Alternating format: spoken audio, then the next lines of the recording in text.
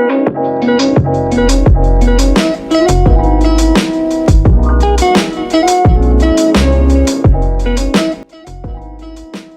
adik-adik, ketemu lagi dengan Kak Dia dalam pembelajaran yang asik dan menyenangkan. Bagaimana? Sudah siapkah belajar hari ini? Kak Dia harap kalian selalu dalam keadaan sehat dan selalu siap serta semangat belajar bersama Kak Dia.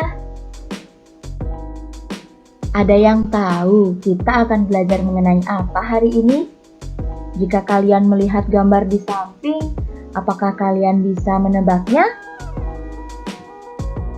Daripada kalian penasaran, ayo kita cari tahu sama-sama hari ini kita akan belajar mengenai apa. Ya, tepat sekali. Hari ini kita akan belajar mengenai wawasan kebangsaan. Ada yang tahu apa sih yang disebut dengan wawasan kebangsaan itu? Ayo sama-sama kita cari tahu apa itu wawasan kebangsaan. Sebelum lanjut, Kak Dia akan memberitahu apa-apa saja yang akan kita pelajari pada pembelajaran kali ini. Yang pertama, kita akan membahas mengenai pengertian wawasan kebangsaan. Yang kedua, mengenai makna dari wawasan kebangsaan. Yang ketiga, ada nilai-nilai dari wawasan kebangsaan. Yang keempat, ada asas dari wawasan kebangsaan.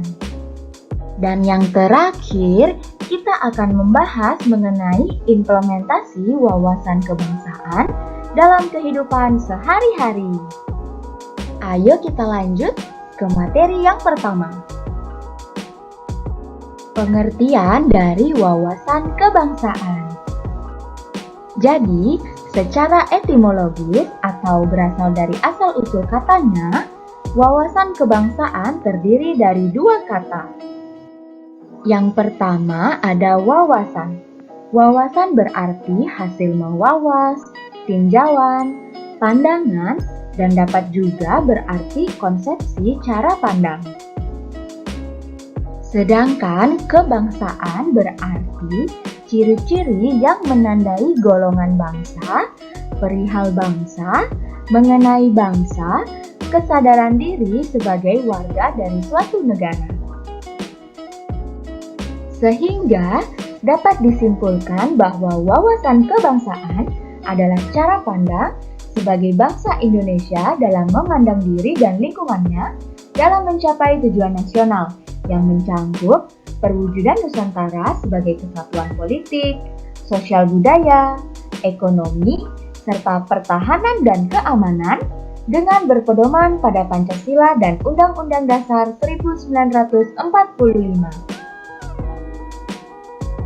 Materi yang kedua mengenai makna wawasan kebangsaan. Jadi, terdapat 5 makna dalam wawasan kebangsaan. Ayo kita cari tahu sama-sama apa-apa saja sih makna dari wawasan kebangsaan itu.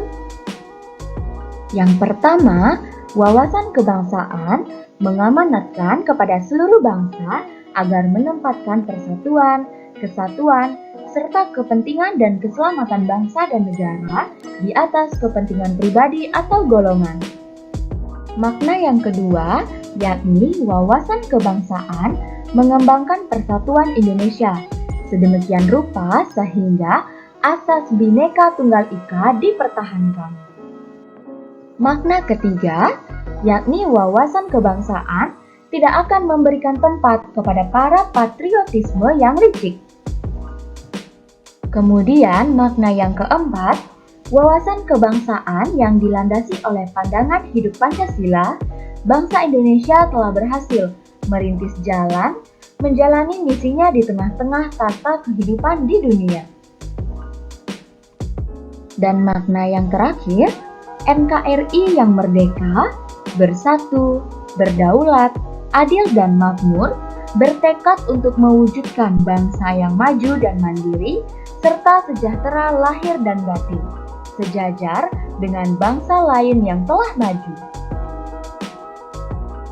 Materi yang ketiga mengenai nilai-nilai dari wawasan kebangsaan. Jadi, nilai wawasan kebangsaan yang terwujud dalam persatuan dan kesatuan bangsa memiliki 6 dimensi yang bersifat mendasar dan fundamental. Apa sajakah itu? Ayo kita cari tahu sama-sama. Nilai yang pertama yakni penghargaan terhadap harkat dan martabat manusia sebagai makhluk ciptaan Tuhan yang Maha Esa. Yang kedua, tekad bersama untuk berkehidupan kebangsaan yang bebas, merdeka, dan bersatu. Nilai yang ketiga yakni cinta akan tanah air dan bangsa. Nilai berikutnya yakni demokrasi atau kedaulatan rakyat. Berikutnya ada nilai kesetiakawanan sosial. Yang terakhir ada nilai masyarakat yang adil dan makmur. Kita lanjutkan ke materi yang keempat mengenai asas dari wawasan kebangsaan. Jadi di sini ada 6 asas ya adik-adik. Coba sekarang kalian simak dengan baik. Jadi, asas merupakan ketentuan-ketentuan dasar yang harus dipatuhi, dipelihara, ditaati, dan diciptakan agar terwujud demi terjaganya unsur atau komponen dalam pembentukan bangsa Indonesia yang memuat golongan atau suku terhadap kesepakatan atau komitmen bersama. Asas yang pertama yakni kepentingan atau tujuan yang sama. Artinya, sebagai warga negara Indonesia, kita haruslah memiliki tujuan yang sama, yakni untuk memajukan bangsa Indonesia menjadi bangsa yang unggul dan maju di era globalisasi seperti sekarang ini. Asas yang kedua yakni solidaritas. Kita harus menjunjung tinggi solidaritas antara warga negara Indonesia. Meskipun kita memiliki beragam suku bangsa, agama, adat istiadat, maupun daerah yang berbeda-beda, namun kita harus tetap menjaga persatuan dan kesatuan untuk bangsa Indonesia yang unggul. Asas yang ketiga yakni keadilan. Artinya, kita sebagai warga negara Indonesia yang memiliki keberagaman yang melimpah haruslah bersikap adil antara keberagaman satu dengan keberagaman lainnya dalam kehidupan berbangsa dan bernegara. Asas yang keempat yakni kerjasama. Sebagai warga negara yang baik, kita harus menjunjung tinggi rasa kerjasama dan saling bahu-membahu antara masyarakat yang ada di Indonesia. Asas yang kelima yakni kejujuran. Sebagai warga negara yang baik, dalam membentuk bangsa Indonesia yang unggul, kita harus mengedepankan rasa kejujuran. Karena sikap yang jujur akan dapat membuat kita menjadi pribadi yang lebih baik. Dan asas yang terakhir atau yang keenam yakni kesetiaan terhadap kesepakatan. Artinya, kita harus menjunjung tinggi apapun yang telah kita janjikan atau telah kita sepakati. Artinya, jangan pernah ingkar janji ya. Jadi, itulah asas-asas dari wawasan kebangsaan yang harus kita teladani, kita patuhi, pelihara, dan taati untuk menciptakan bangsa Indonesia yang unggul. Jadi, ingatlah untuk memperhatikan 6 asas ini ya. Materi yang terakhir mengenai implementasi dari wawasan kebangsaan yang harus kita terapkan di kehidupan sehari-hari. Berikut ini, Kak Diah akan menjelaskan 3 implementasi yang dapat kalian terapkan di kehidupan sehari-hari ya. Implementasi yang pertama yakni mengembangkan sikap mental persatuan dan kesatuan. Di era modern ini, tentu rasa persatuan dan kesatuan harus ditanamkan pada setiap warga negara Indonesia. Hal ini Karena dengan rasa persatuan dan kesatuan, bangsa Indonesia dapat bahu-membahu dalam membangun bangsa, seperti para pahlawan yang bersatu untuk merebut kemerdekaan bangsa Indonesia. Sebagai contoh, adik-adik bisa lihat pada gambar berikut ini. Jadi, ini adalah salah satu contoh sikap mental persatuan dan kesatuan. Artinya, bagaimana masyarakat saling bahu-membahu membantu masyarakat lain. Contohnya dalam kegiatan ini, ada masyarakat yang akan memindahkan rumahnya. Jadi, jika dikerjakan seorang diri, maka memindahkan rumah adalah pekerjaan yang sulit, bukan? Namun, jika kita saling tolong-menolong dan menjaga persatuan, maka pekerjaan itu akan terasa lebih mudah. Begitu juga pada gambar yang kedua, terlihat bahwa warga sedang bahu-membahu dalam berkebun. Jadi, pekerjaan berkebun ini akan terasa lebih mudah, kan? Daripada kita harus mengerjakannya seorang diri. Menggarap ladang yang luas, itu akan sangat melelahkan. Namun, jika kita laksanakan dengan gotong royong atau bersama-sama, maka pekerjaan itu akan terasa lebih mudah. Nah, sekarang adik-adik coba perhatikan percakapan antara dua anak yang sedang melaksanakan kegiatan pembersihan di sekolah. Ayo kita bersama-sama membersihkan lingkungan. Ide yang bagus. Ayo, aku akan mengumpulkan daun-daun ini. Nah, jadi kedua anak tersebut sedang bekerja sama atau bersatu dalam membersihkan lingkungan sekolah. Sehingga pekerjaan membersihkan lingkungan sekolah akan terasa lebih mudah. Jadi ingat ya adik-adik juga harus menerapkan implementasi dari pengembangan sikap mental persatuan dan kesatuan di lingkungan sekolah, keluarga, maupun di lingkungan masyarakat. Kita lanjutkan pada implementasi yang kedua. Jadi, implementasi yang kedua dari pengembangan wawasan kebangsaan yakni menumbuh kembangkan keikhlasan dan kejujuran dalam kehidupan bermasyarakat dan bernegara. Sebagai warga negara yang baik, kita harus menjunjung tinggi keikhlasan dan kejujuran dalam kehidupan bermasyarakat dan bernegara. Artinya, kita haruslah ikhlas dalam mendahulukan kepentingan negara di atas kepentingan pribadi atau golongan.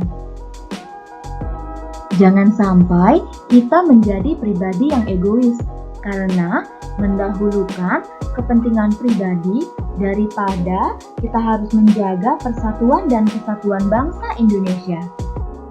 Sebagai contoh, kita dapat lihat dalam gambar berikut ini. Setiap ajaran agama pasti mengajarkan hal yang baik. Tidak ada ajaran agama yang mengajarkan kita tentang keburukan atau kejahatan. Begitu pula mengenai keikhlasan. Setiap agama akan mengajarkan kita untuk berbagi kepada orang-orang yang membutuhkan. Hal ini merupakan salah satu perwujudan atau implementasi dari cara kita ikhlas atau menumbuh kembangkan keikhlasan dalam kehidupan bermasyarakat dan bernegara. Selain menumbuh kembangkan sikap ikhlas, kita juga harus menanamkan sikap kejujuran dalam kehidupan bermasyarakat dan bernegara. Karena sekali saja kita berbohong, maka kita harus menutupinya dengan kebohongan-kebohongan lainnya. Oleh karena itu, kejujuran merupakan kunci kesuksesan. Sebagai contoh, simaklah percakapan antara dua siswa berikut ini. Ini merupakan salah satu penanaman dari sikap kejujuran dalam kehidupan bermasyarakat yang ada di sekolah. Ayo, apakah pensil ini milikmu? Iya benar, itu pensilku. Sepertinya ia jatuh ketika aku mengambilnya dalam kotak pensil. Terima kasih, Bayu. Nah, bagaimana adik-adik? Sudah jelaskah kalian menyimak dua implementasi yang kakak jelaskan tadi? Jika sudah, mari kita lihat implementasi yang ketiga. Implementasi yang ketiga yakni bangga menjadi warga negara Indonesia. Bangga menjadi warga negara Indonesia dalam konteks kehidupan berbangsa dapat dikatakan sebagai sikap nasionalisme, yaitu perasaan cinta terhadap bangsa dan negara. Rasa cinta kepada bangsa dan negara inilah yang kemudian menjadi kekuatan bagi pembangunan bangsa. Bangga menjadi warga negara berarti kita harus siap dan harus mampu berbuat sesuai dengan nilai-nilai yang terkandung dalam Pancasila, utamanya pada nilai-nilai mengenai persatuan Indonesia. Untuk meningkatkan rasa kebanggaan sebagai warga negara Indonesia, kita haruslah membiasakan diri untuk bersikap dan berbuat sesuai dengan hal-hal, nilai-nilai, dan norma-norma yang terkandung dalam Pancasila. Sebagai contoh, implementasi dari sikap bangga menjadi warga negara Indonesia dapat kita lihat pada hal kecil berikut ini. Sesuai dengan gambar, terlihat bahwa siswa-siswi yang sedang belajar atau sedang bersekolah dengan bangganya mengenakan pakaian-pakaian khas Indonesia. Ada yang menggunakan batik, ada yang menggunakan belangko atau songko. Nah, mereka dengan bangga mengenakan pakaian tersebut. Itu merupakan salah satu contoh sikap kita bangga menjadi warga negara Indonesia. Contoh lainnya, kita juga harus bangga memiliki kebudayaan, adat istiadat, bahasa, bahkan rumah adat, makanan, dan banyak keberagaman lainnya yang ada di Indonesia. Itu merupakan salah satu contoh dari penanaman sikap bangga menjadi warga negara Indonesia. Contoh lain dapat adik-adik lihat pada percakapan kedua anak berikut ini, di mana ada satu anak yang dengan bangga membawa bendera Indonesia, yaitu bendera merah putih, dan ada anak lainnya yang dengan bangga mengenakan pakaian adat. Aku bangga menjadi anak Indonesia. Aku juga bangga memakai baju bundekan Duang dari Minangkabau, Sumatera Barat. Nah, adik-adik, kita telah selesai membahas materi mengenai wawasan kebangsaan.